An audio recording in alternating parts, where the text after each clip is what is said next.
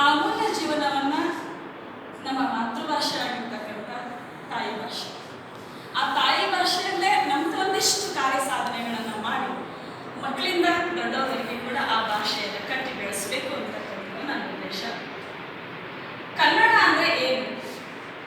ಕನ್ನಡ ಭಾಷೆಯಲ್ಲಿ ಅಂದ್ರೆ ನಗುವುದರ ಮುಖಾಂತರ ದಡ್ಡನಿಗೆ ಹೇಳ್ಕೊಡ್ತಕ್ಕಂಥ ಕನ್ನಡ ಭಾಷೆ. ದಡ್ಡನ ಕೂಡ ಕಲಿತಕ್ಕಂಥ ಭಾಷೆ. ಶಾಸ್ತ್ರೀಯ ಒಂದು ಸನ್ಮಾನ ಕೂಡ ಆ ಒಂದು ನಮಗೆ ಪ್ರಶಸ್ತಿಯಲ್ಲಿ ಸಿಕ್ಕಿರ್ತಕ್ಕಂಥದ್ದು ಕೂಡ ಹೌದು ಕನ್ನಡ ಭಾಷೆ ಸುಮಾರು ವರ್ಷಗಳ ಹಿಂದೆ. ಹಾಗಾಗಿ ಕನ್ನಡಕ್ಕಾಗಿ ಕೈ ಎತ್ತು ನಿನ್ನ ಕೈ ಕಲ್ಪವೃಕ್ಷವಾಗುತ್ತದೆ ಅಂತ ಹೇಳಿ ಕಲ್ಪವೃಕ್ಷ ಅಂದ್ರೆ ಒಂದು ತೆಂಗಿನ ಮರ ಅಷ್ಟು ಎತ್ತರವಾಗಿ ನಮ್ಮ ಭಾಷೆಯನ್ನು ಕೆಳಮಟ್ಟದಿಂದ ಅಷ್ಟು ಎತ್ತರದವರೆಗೆ ಕೂಡ ನಾವು ಬೆಳೆಸಬಹುದು. ಇಷ್ಟೆಲ್ಲ ಕವಿಗಳು ಇಷ್ಟು ಸುಂದರವಾಗಿ ಕೂತ್ಕೊಂಡು ಇಷ್ಟು ಒಳ್ಳೊಳ್ಳೆ ಪದಗಳನ್ನು ರಚನೆ ಮಾಡಿ ಅವರ ಒಂದು ಭಾಷೆಯಲ್ಲಿ ಅವರದೇ ಆಗಿರ್ತಕ್ಕಂಥ ಒಂದು ಶೈಲಿಯಲ್ಲಿ ಇಲ್ಲಿ ಮಾಡಿದ್ರು. ನಂಗೆ ತುಂಬ ಖುಷಿ ಆಯಿತು.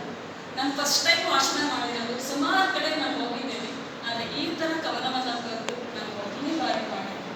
ನನಗೆ ಈ ಥರ ಅವಕಾಶ